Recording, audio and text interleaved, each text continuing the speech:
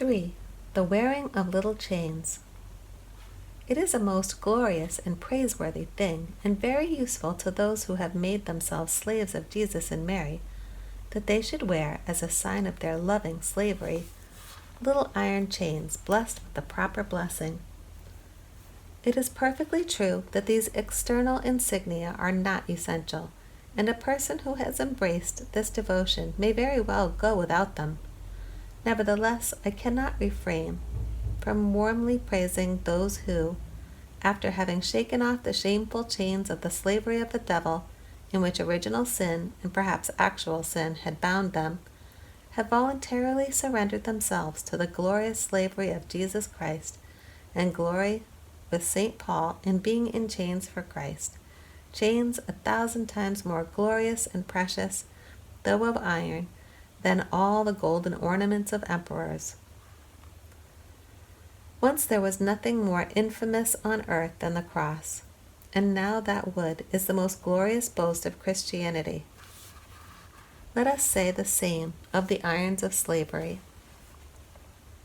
There was nothing more ignominious among the ancients. There is nothing more shameful even now among the heathens. But among Christians there is nothing more illustrious than the chains of Jesus, for they unchain us and preserve us from the infamous fetters of sin and the devil. They set us at liberty and chain us to Jesus and Mary, not by compulsion and constraint like galley slaves, but by charity and love like children. I will draw them to me, says God by the mouth of the prophet, by the chains of love. These chains are as strong as death, and in a certain sense even stronger than death in those who are faithful in carrying these glorious chains to their death.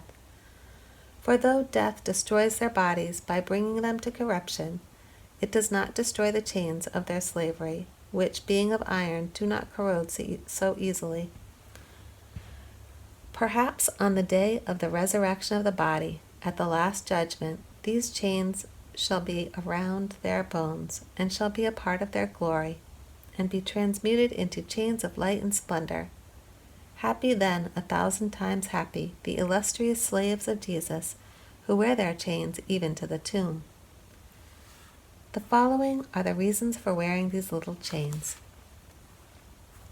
First, to remind the Christian of the vows and promises of his baptism, of the perfect renewal he has made of them by this devotion, and of the strict obligation under which he is to be faithful to them. As man, who shapes his course more often by the senses than by pure faith, easily forgets his obligations toward God, unless he has some outward thing to remind him of them, these little chains serve marvelously to remind the Christian of the chains of sin and the slavery of the devil from which baptism has delivered him, and of the dependence on Jesus, which he has vowed to him in baptism, and of the ratification of it which he has made by the renewal of his vows. One of the reasons why so few Christians think of their baptismal vows and live with as much license as if they had promised no more to God than the heathen, is that they do not wear any external sign to remind them of their vows. Secondly, to show that we are not ashamed of the servitude and slavery of Jesus Christ, and that we renounce the slavery of the world, of sin, and of the devil. Thirdly, to protect ourselves against the chains of sin and of the devil, for we must wear either the chains of sinners or the chains of charity and salvation.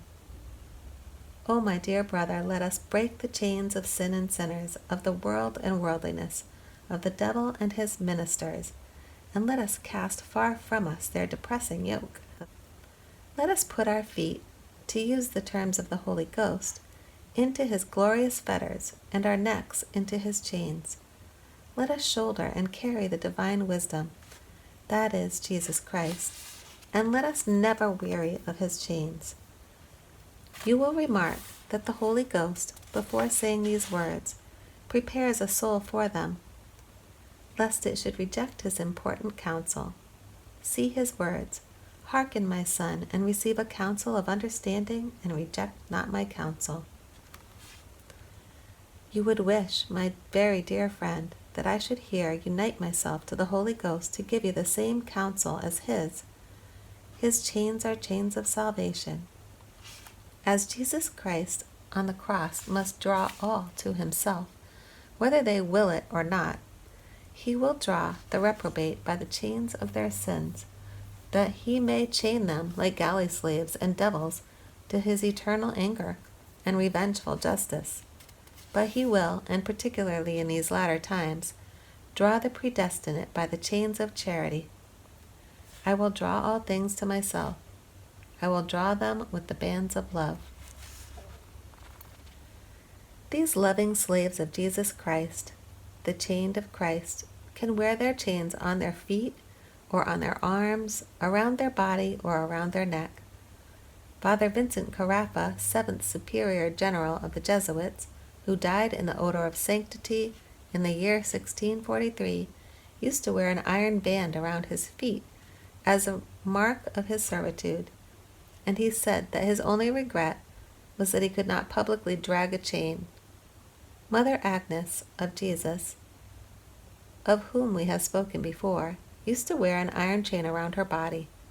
Others have worn it around their neck in penance for the pearl necklaces which they had worn in the world, while others have worn it around their arms to remind themselves, in their manual labors, that they were slaves of Jesus Christ.